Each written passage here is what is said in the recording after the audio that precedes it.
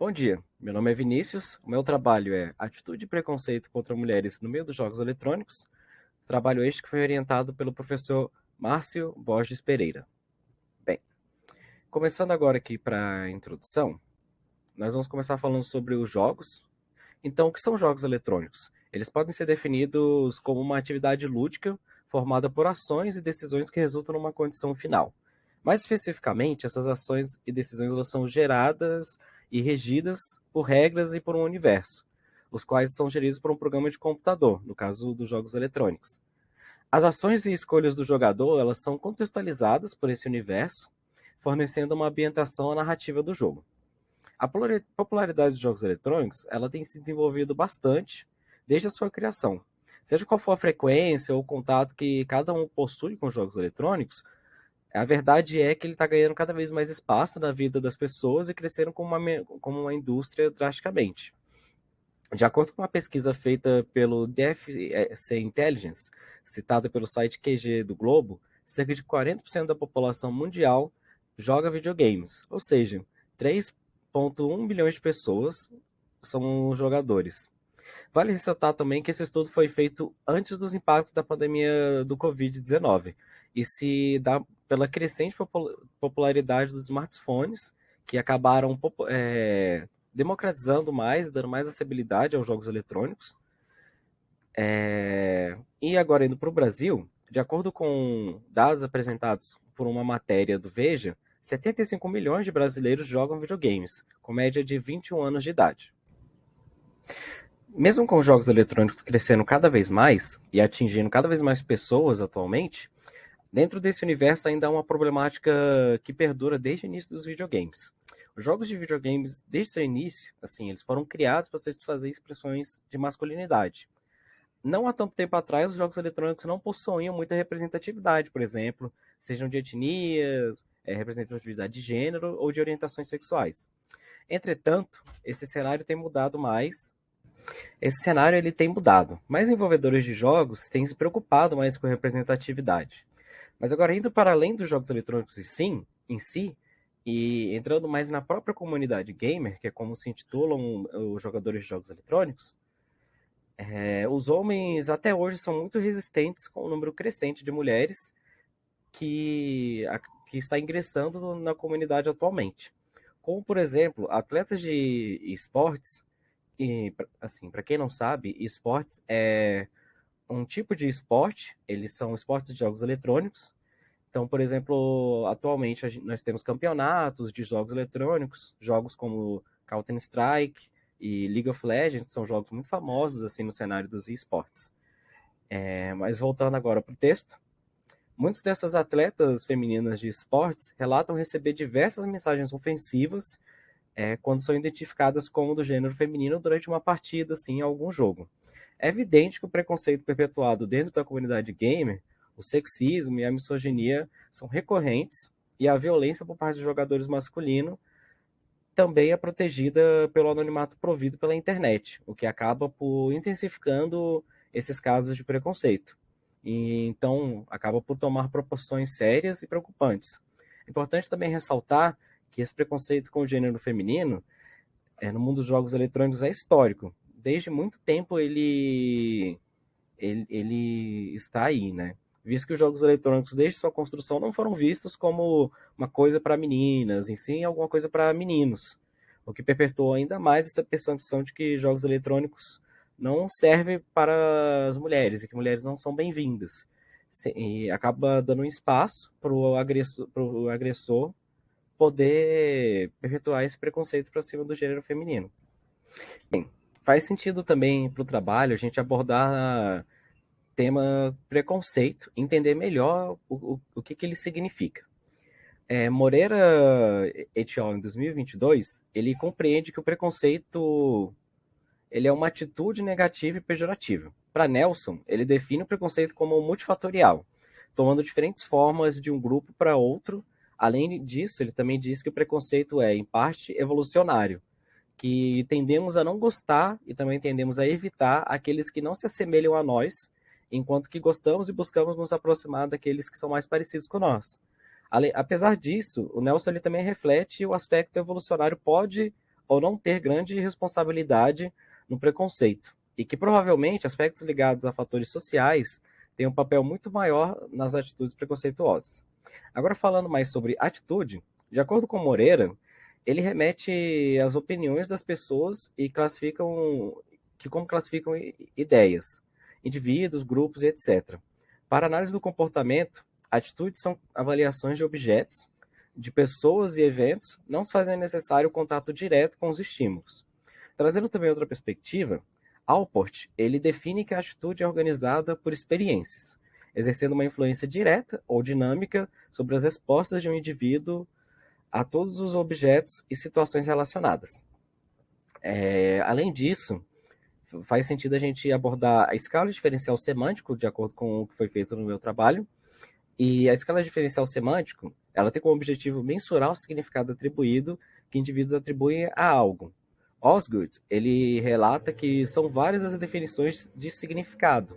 Entretanto, as definições tendem a focar no aspecto do fenômeno de que a disciplina do indivíduo e o seu contexto o equipam para lidar com seus significados. De acordo com Bortolotti e de Rose, o diferencial semântico é um instrumento constituído por conjuntos de escalas bipolares, utilizando de adjetivos opostos. Na escala diferencial semântico, o participante é apresentado com um conceito em cada escala, no qual ele deve assinalar o quanto o conceito se aproxima mais de um dos adjetivos apostos. Bem, além disso, a interesse do projeto se faz necessário também descrever o experimento realizado por Elisa de Penafort Rabelo, intitulado de Efeito da leitura de histórias em quadrinhos sobre mudanças de atitude em relação a personagens fictícios. Rabelo buscou investigar o efeito da leitura de história em quadrinhos sobre a mudança de atitude em relação a personagens fictícios, e para esse experimento foram produzidas 2 histórias em quadrinhos e 2 formulários de avaliações dos personagens das histórias, para cada história. Foram feitos também 2 encontros via Google Meet, um para cada história, onde os participantes responderam um formulário com escala diferencial semântico antes e depois da leitura dos quadrinhos. A partir disso, com os dados coletados, a Rabelo concluiu que, de fato, após a leitura, houve uma mudança de atitude em relação aos personagens fictícios das histórias em quadrinhos. Bem, com isso, o objetivo do meu trabalho foi de investigar a formação de atitudes preconceituosas contra mulheres jogadoras de jogos eletrônicos dentro da própria comunidade de jogadores, a partir da análise do comportamento e do uso de história em quadrinhos. Além disso, justifica-se esse trabalho pelo motivo de não haver tantas contribuições na área da psicologia e pelas perspectivas da análise do comportamento acerca dos jogos eletrônicos, do preconceito que é perpetuado dentro da comunidade gamer, e também por essa temática dentro dos games, assim, até como internet, ser bastante nova e ainda está em uma expansão, em constante expansão. À medida que a indústria dos jogos eletrônicos cresce e mais mulheres ganham espaço nesse ramo. Bem, indo agora para o método, vamos começar falando dos participantes. Os participantes desse experimento são homens, maiores de idade e jogadores de jogos eletrônicos, não havendo nenhum critério de exclusão em relação à etnia ou regionalidade. A divulgação e o contato foram feitos mediante as redes sociais, convocando os indivíduos a participarem, explicando o tema e o objetivo da pesquisa, com o intuito de verificar se eles se encaixavam no perfil. Para isso, foi feita uma conversa no primeiro contato com os participantes em potencial. Durante o primeiro contato, foi marcada uma sessão com os participantes para aplicação do experimento. Antes da primeira sessão, foi enviado o termo de consentimento livre e esclarecido para cada um dos participantes ler e assinar caso concorde em participar.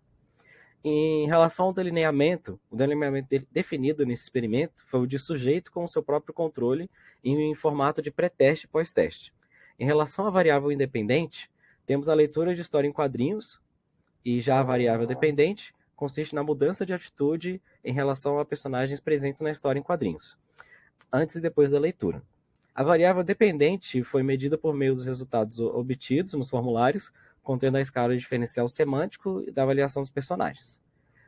Quanto ao local, todas as fases do experimento foram realizadas de forma remota, sendo realizadas via redes sociais como WhatsApp, Google Meet e Discord, e a utilização do Google Forms para o preenchimento da escala diferencial semântica por parte dos participantes.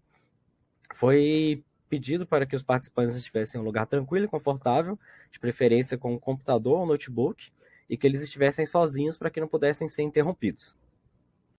Bem, em relação aos materiais utilizados, foram utilizados 3 Google Forms para a avaliação dos personagens das histórias em quadrinhos, contendo a escala diferencial semântica com 13 pares de adjetivos opostos, 13 blocos de slides via apresentações do Google, contendo as histórias em quadrinhos que foram feitas, um cronômetro para que se cronometrasse o tempo que cada participante levasse para ler cada slide dos quadrinhos, e também foram elaboradas histórias em quadrinhos no site Pixton e colocadas dentro do slide. As histórias em quadrinhos elas foram divididas em 3 cenas, inclusive. A primeira cena foi a de introdução, a segunda foi o conflito e a terceira a conclusão. Além disso, cada cena possuía 6 quadros, a primeira cena sendo a história neutra, a segunda cena sendo a história onde ocorria o conflito, a atitude, e por fim a terceira e última cena seria um tipo de resolução. Além disso, também tínhamos a escala diferencial semântico. Foram elaborados 3 formulários de avaliação, sendo eles pré-teste, teste 1 e teste 2, e continham 13 pares de objetivos. Os valores atribuídos a cada par de adjetivo podiam variar entre 1 a 7, como demonstrado na figura, e sendo 1 mais próximo do adjetivo triste e 7 mais próximo do adjetivo feliz. O participante deveria marcar o espaço mais perto do adjetivo que melhor representasse a figura em questão, como a gente pode ver aqui ao lado. Bem, indo agora para a história em quadrinhos, eu vou dar uma contextualização mais ou menos do que é a história que foi produzida. Primeiramente, nós temos aqui os nossos personagens, né? O personagem neutro, a vítima e o agressor. E aqui nós temos a história em si. Bem, a história começa com o personagem neutro e o personagem vítima conversando, e é uma narrativa dando um contexto de que eles são amigos há muitos anos e já têm o costume de jogar juntos há bastante tempo.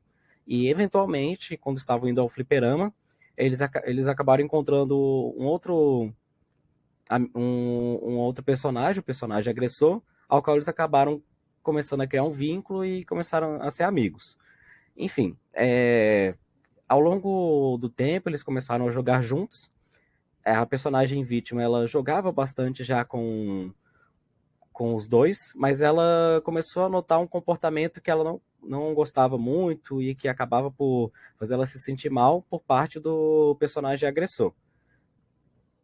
Bem, continuando para a segunda parte da história, a parte do conflito, nessa a gente começa com uma narrativa explicando que o personagem neutro ele foi chamado para casa do personagem agressor para que eles pudessem jogar videogame juntos. E acaba que o personagem neutro ele chama o personagem vítima também, ele convida para ir junto.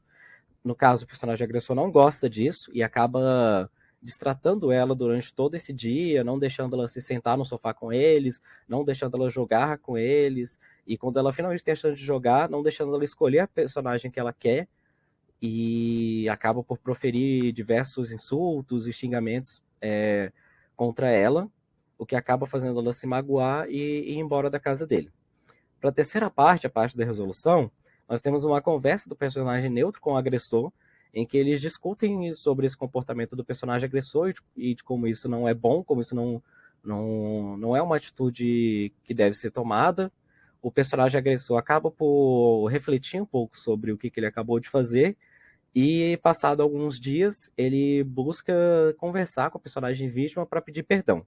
No final das contas, a personagem vítima ela acabou perdoando, mas também não aceita mais que sejam amigos, porque sente que as coisas nunca mais vão continuar como foram.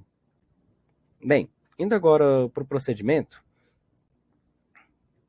Primeiramente, nós tivemos o envio do termo de consentimento livre, e assim que foi assinado e cada participante aceitou participar, foi feita uma chamada de vídeo individual via Meets com cada participante. Não foi utilizado câmeras, não foi pedido para que eles ligassem a câmera. E, bem, as instruções eram o seguinte. Primeiramente, foi enviado o pré-teste para que eles realizassem e julgassem cada um dos personagens, como vimos anteriormente. Feito isso, nós vimos para a primeira parte da história. Então, líamos a primeira parte, a parte da introdução, também líamos a segunda parte, a parte do conflito. Após isso, parávamos e era enviado o teste 1 para que ele julgasse novamente a visão dele acerca dos personagens. Depois disso, nós lemos a parte final, a parte da conclusão, e após isso também foi enviado um terceiro teste, o teste 2, para que ele julgasse novamente os personagens.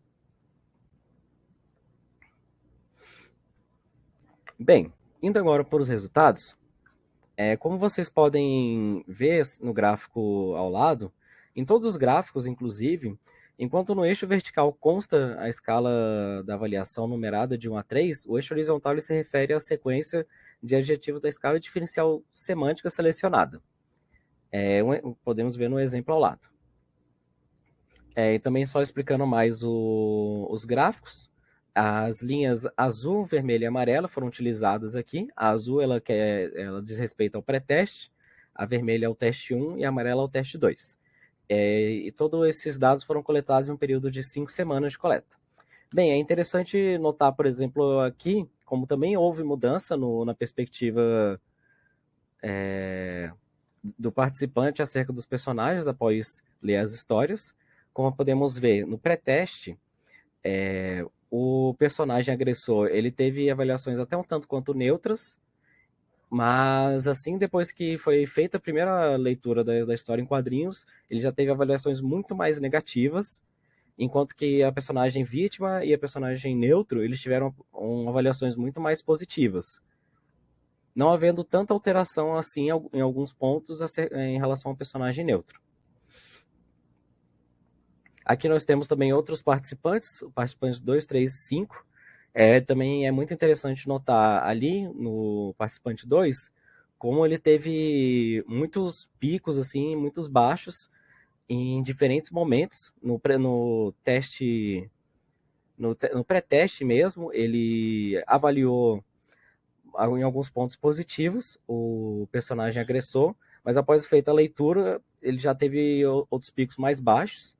Tivemos isso também com a personagem vítima e também o personagem neutro. E o personagem neutro até se mantendo um pouco parecido ali as suas avaliações. O participante 3 é interessante porque ele teve essa avaliação meio neutra em todos os momentos, para todos eles, sendo que é muito interessante ver que para personagem vítima, ele fez uma avaliação idêntica do teste 2 para o teste 1, e o que quase aconteceu também com o personagem neutro.